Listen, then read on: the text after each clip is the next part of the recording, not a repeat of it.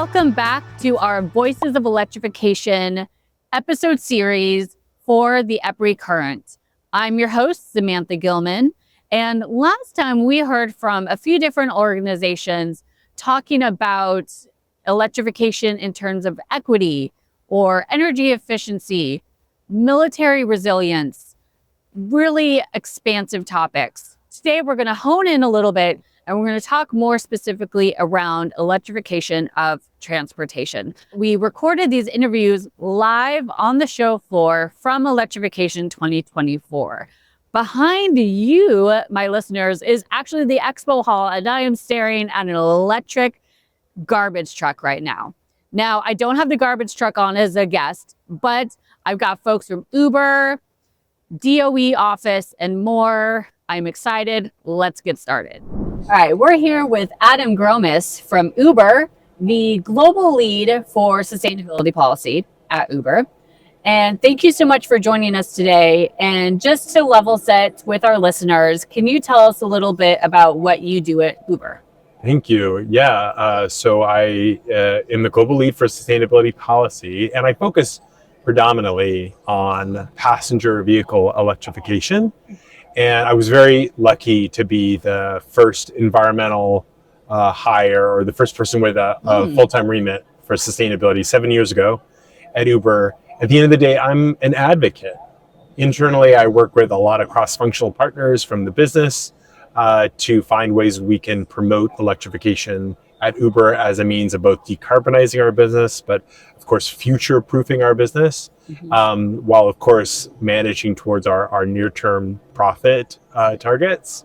And then externally, I really think about how do we promote win-win policies that make it so that users from Uber can access clean mobility, get affordable EVs, but also electrify the transportation sector more rapidly.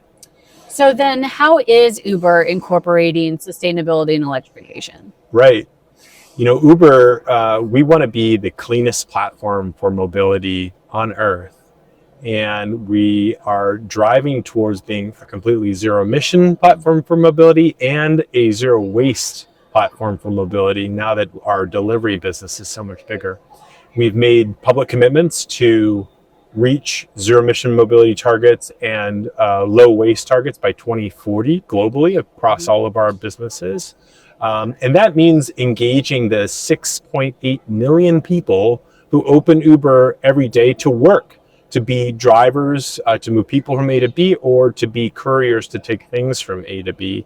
And we want to think about how do we help all 6.8 million jump to the front of the EV transition line and be part of the clean energy revolution earlier than later. So for Uber, we're all in on electrification, and we think it's really a big opportunity to double down on driving towards electrification more rapidly.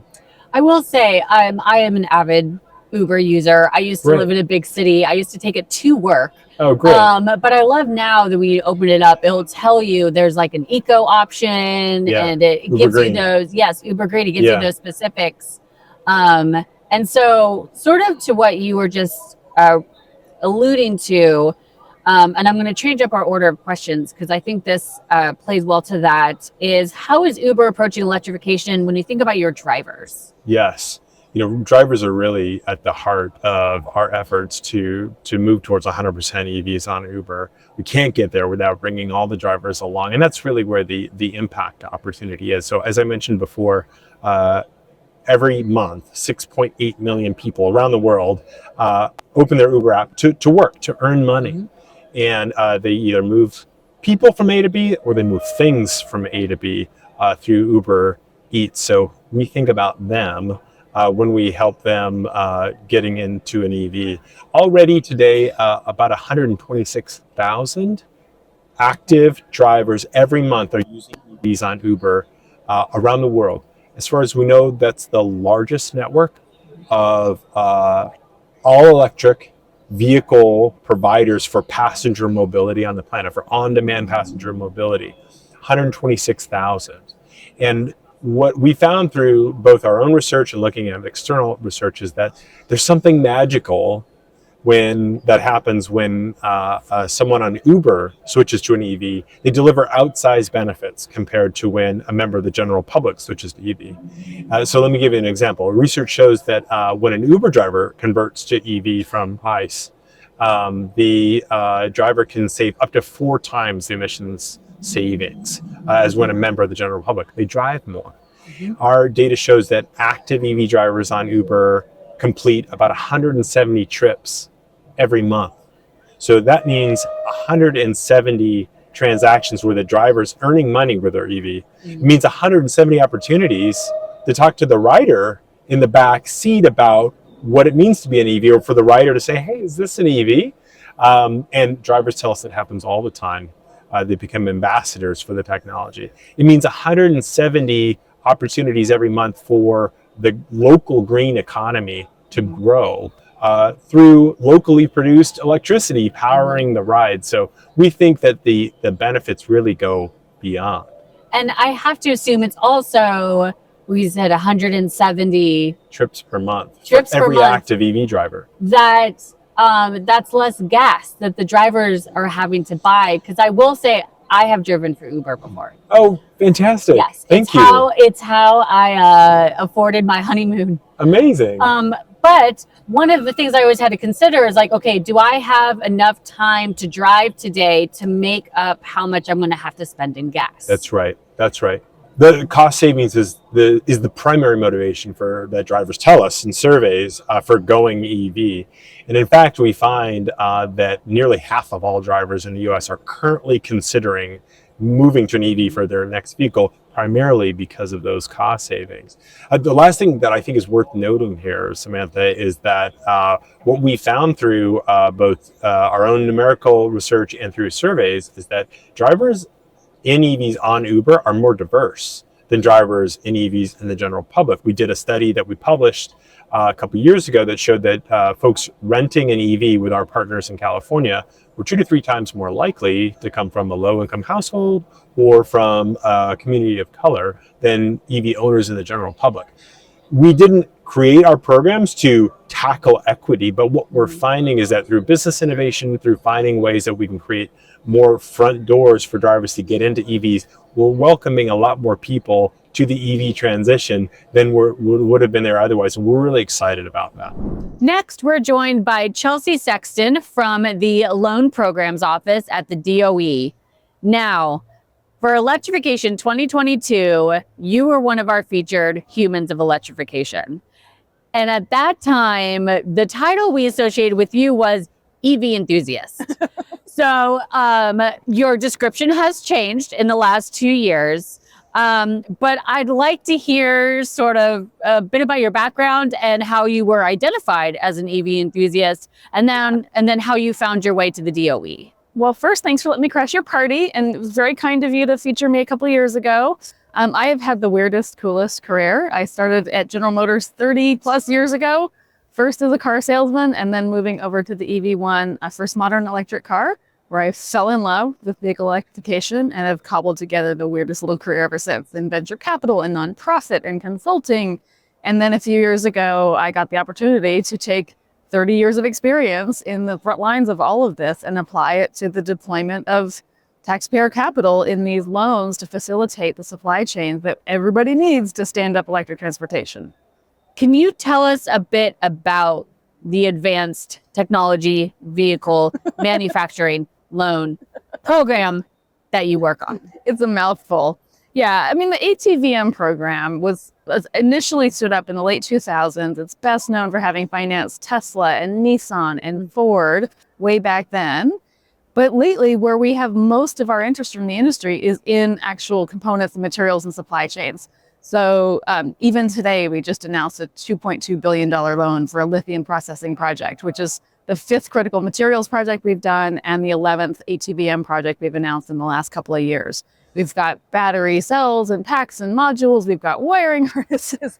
We have lithium and graphite and 2 battery recycling projects that all of these things need, whether it's cars or trucks or whatever it is, everybody needs these supply chain components. So it's been fascinating to watch the interest shift from just making cars to making all of the components and materials that all electric transportation needs. So taking a step back, can you tell us a bit about the DOE LPO office and how they're supporting the electrification of transportation? Sure. I mean, the office covers lots of things. I happen to be the transport nerd, but we have folks that work on transmission and distribution and virtual power plants and nuclear and hydrogen hubs. So you name it, we do it. With respect to electric transportation, our two primary opportunities are with this ATVM program, which finances manufacturing facilities. So it doesn't finance the manufacture of anything, but you need a plant to make those things. This is potentially your program. We also have another program called Title 17 Innovative Clean Energy that helps deploy charging, hydrogen fueling stations, via electric vehicles as energy assets. So we have sort of a manufacturing-oriented program and a deployment-oriented program, as well as the microgrids and other things that are required to support all of those things. So if it reduces greenhouse gases, is innovative, or is standing at more fuel economic vehicles, and it's sort of within our general wheelhouse. So sort of expanding upon what the ATVM program does, what might the electrification impact be on transportation beyond just the EV that you or I may buy, like heavy duty, trains, maritime, air travel? What are the other possibilities there? I mean, that's where a lot of the excitement is, especially for somebody like me. Like, we still need EVs to grow in the light duty space, but selling one more EV is less attractive to me than the next harder problem, which is medium heavy duty goods movement and these non-road categories. So we started implementing medium heavy duty on-road vehicles in late 2022. And this year we are going through rulemaking and adding aircraft, maritime, and rail. So we're very excited to start playing with, trains and ferries and like all of that fun stuff. Trains, planes, and automobiles? Basically, yes. So given your extensive career in this field, and I did not prep you for this question, so let's see how it goes. Is there just a good story you can tell us about this space and your experience here? Oh, that's such a big question. I know. Just the first one that popped into your mind. What was it? I mean, I think someone that's been in it forever. I've spent more than half my life in this industry, and more than half my life, therefore, like playing with EPRI and this sort of band of co-conspirators that have been at this a really long time. It's really fortifying to see the people that remain, but also to come to a conference like this and see how many new folks there are. I mean, for somebody like me, like we used to be able to put the entire industry in this little space right here, versus now I can walk into any room and not know 95% of the people. So as much as I'm shy and an introvert, I've come to really love when we go to EV events and see mostly strangers. Awesome. Well, I appreciate you taking some time out of the conference to come talk to me for our podcast. Are there any sort of final thoughts you want to leave with our listeners? Only that as I mentioned earlier, I am a transport nerd, but our office itself can help with a whole lot of other supply chain needs, grid side needs and stuff beyond the cars themselves or the charging. And I think that tends to get lost a little bit. And we're sort of thought of just as like EV transportation, but not all the supporting technologies. So I would encourage anyone that thinks we might be able to find a fit within our multiple programs to just come have a conversation with us. We're very like the living room of the DOE in our culture. And so we're happy to just explore what you're thinking and tell you if we think it's a fit, or if it's not, we'll tell you that too. And so I would just, encourage that kind of engagement. We're not that hard to find and we're pretty friendly. Our next interview is with Lincoln Wood. He is the Clean Transportation Manager at Southern Company, the utility host for today's Electrification 2024 conference. Thanks so much for joining, and tell us a bit about your role. Good morning, Samantha. Thanks for having me. So as Clean Transportation Manager at Southern Company, my role is primarily externally focused, so working with industry, and that might be government, it might be trade associations, it might be nonprofits, on how we propel this industry forward, how do we sustain it, how do we move into mass market adoption, and what are the tools we need to do that. One big piece of that is workforce, which we'll chat a bit about in a second. And to that same vein, how is Southern Company approaching electrification and decarbonization? So we heard from our CEO this morning about the hard work, the things that are not easy, but yet are necessary. And so as we look at our own decarbonation journey with our generating fleet, we see our customers asking the same questions around perhaps their delivery fleets for vehicles, or what is their environmental impact, or maybe it's economics of electricity as a fuel is just cheaper. And so we have questions, how can we support them? And as I think about all of that in the vein of the industry itself, how do we sustain that going forward without a skilled workforce? That gets right to my next question. How is the industry preparing its workforce for this clean energy transition? Being a Southern company for 18 years, I am truly grateful for the opportunities I have been provided to grow and develop, and to just really watch how the industry has unfolded. But one of the things I think about is preparing our workforce for the jobs that are going to be needed a year out, 5 years out, 20 years out. How do we look around those corners? So Southern has been working on this issue for a couple of years now. We have some programs going, for example, in Birmingham. There's a community college there a little bit north of the city where we're thinking about a clean tech training academy, working maybe not specifically on just EVs, but it could be all kind of clean energy focused, and providing some of those skills there, especially for implementation. In Georgia Power is working with Goodwill around and Charger Health, who I see over in the corner, around really EV charging itself and how you do maintenance on those and install those. But as I think about it, and those are very tactical and very on the ground, there's another couple layers that we need to think through of jobs that just aren't here yet. Or, for example, if you're a recent graduate of a college or university, how can we prepare you to go work in this field of electrification for things that I get to learn by doing every single day?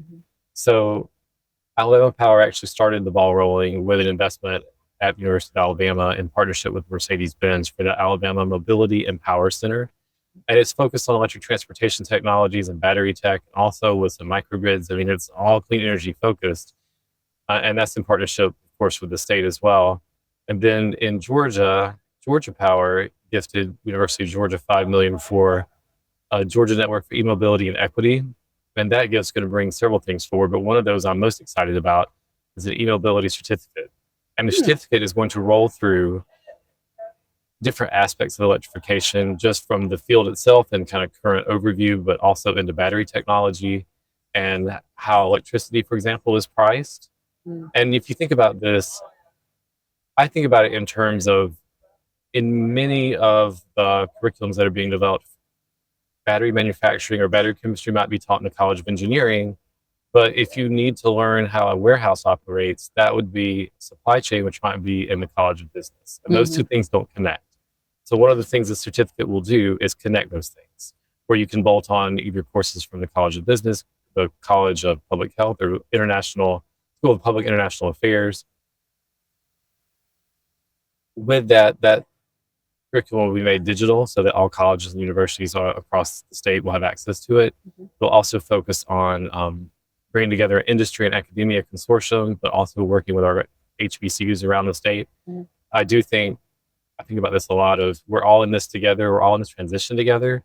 How do I ensure that everyone has a seat at the table, that their voices are heard? Because we have a chance to do this over. We're all doing it at the same time. Just this morning during the opening plenary, our CEO, Arshad Mansour, was saying that, there's no clean energy transition unless it's all of us. So you make a great point. And so what advice would you offer energy company employees or future energy employees looking to prepare for this transition?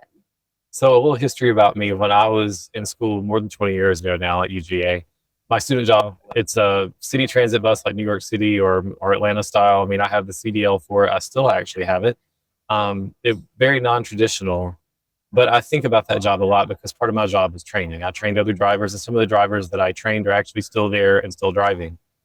And I would never have guessed that 20 some odd years later, my career path has taken me full circle back into seeing, I guess, the industry from a different lens, but still the same challenges in fleet, the same challenges of driver training, the same challenges of, explaining, hey, this is how a bus operates and things, when you drive it.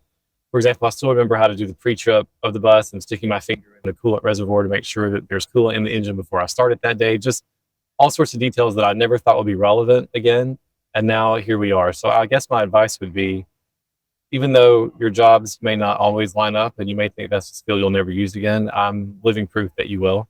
And the more that you can connect some of the experiences that you've had, the better off you'll be. I am very grateful again to be at Southern, and Southern has allowed me to be kind of creative in the space and apply some knowledge. And I think the industry is really making some great strides, and I'm thrilled to be a part of it. Our next guest at Electrification 2024 is Pasha Izdebska. She is the Senior Manager of Enterprise Innovation at Ontario Power Generation. Thanks so much for joining today. And let's just start off. Tell us a bit about your role at OPG. Of course. So my role at OPG is driving the innovation portfolio. And what that means is driving change. And sometimes that often means employing a new technology. We have all these new technologies coming out, and we think about how do we adopt this new technology to improve operational excellence. But it's not always about technology. Very often, we also think about practice.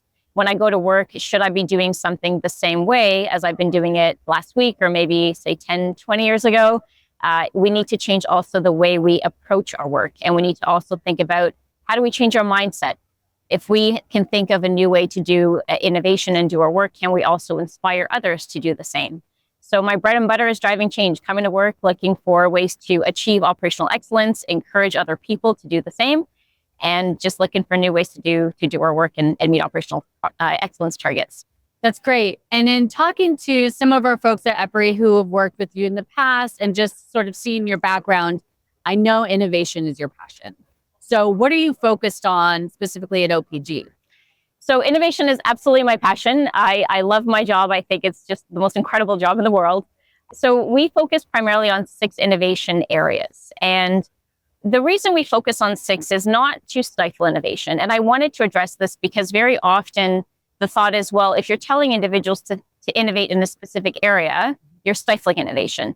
But really, it focuses innovation. And one of the things I found when we haven't been working with our EPRI Global Innovation Effectiveness Cohort and the Incubate Energy Labs at EPRI has been incredibly helpful to help us get an objective perspective on having innovation focus areas. So what we found is that if you ask 15 people to innovate in nuclear or renewable energy, you're going to get a very different responses all across the board. But if you say to someone, give me an innovation solution for energy battery storage, can you give me an innovation solution for grid stability? You're going to get a much more focused subset of ideas. So that's what I do. And essentially, we collect ideas from across the organization, and we look at, okay, well, how can we improve fuel handling? How can we improve the way we honestly even deliver or ship in some ways? How can we access remote sites using drones and robotics? How do we make sure that we know what our equipment is doing? We never want to be surprised by our plant. We want to make sure that if we see a component in the plant that is vibrating too much or giving us abnormal data, we want to be able to engage early. So driving innovation, data analytics, data-driven decision-making are really the focuses of my portfolio at OPG. So getting a little bit more macro now, how is innovation critical to the energy industry, and what do you think is coming next? So we have to innovate. Energy providers must innovate to stay competitive. There is a tremendous movement right now with emerging renewable technologies, energy storage solutions, grid stability. And if you don't innovate, you're going to be left behind. That's just the reality of it. And it's not just about innovating quickly, it's about innovating also effectively. So the providers that are able to effectively implement innovation are going to be leading us to the next transition. What I think is next is primarily digitization and data-driven decision-making. A lot of consumers are demanding cleaner energy solutions, but also custom energy solutions. We're seeing a widespread of energy required all across the country. Very remote parts of the world don't even have access to energy, even in today's world, which is shocking to most of us. But that's the reality of it. So I think this decentralization and adoption of new technology and innovation to providers will make them competitive so that they can reach those areas that we historically couldn't reach, and also be able to meet the consumer demand that is looking for clean energy solutions. It's a great point. And here at Electrification, you look around the expo hall and there are new technologies everywhere. we're here recording this on the startup stage where there are actually 20 startups right here in front of us who have been pitching during the event, talking about their new innovative ideas and technologies. So it's a great point you make. And this has been a great conversation. Is there anything else you want to leave with our listeners? Yes, absolutely. So I would say two things. The first thing I would say is never give up. What we are doing is incredibly difficult. When I hear goals like we want to decarbonize North America by 2050, that's an ambitious goal, and we need to start yesterday. So never give up. If you find that you can't have a technology that's moving forward, there will be a time where someone will say, yes, I see value in this. So never give up in terms of what you're trying to achieve in your technology, your research and development. And the other thing I would like to say is thank you to the individuals that are working on this. We couldn't do it without academia, the support of governments. We couldn't do it without vendor partners as well, and local communities, indigenous groups as well. So I just wanted to say thank you for everyone to their efforts in helping us with this movement to a cleaner, reliable energy future. Absolutely. Just as our CEO, Ashar Vansir, was saying earlier, that we can't get through the clean energy transition unless we're all working together. Right. This is a collaborative moment, and I appreciate you highlighting that for our listeners. Absolutely. Thank you for having me today. And that's a wrap on our short series of Voices of Electrification recorded here at Electrification 2024. And that wraps up the conference for me. Thanks for joining, and we'll talk to you next time. If you like today's show, we invite you to subscribe to our podcast. And feel free to share the podcast with your colleagues and friends. For more information about EPRI, please visit our website at www.epri.com. And don't forget to follow us on LinkedIn and Twitter at EPRI News. Together, we are shaping the future of energy.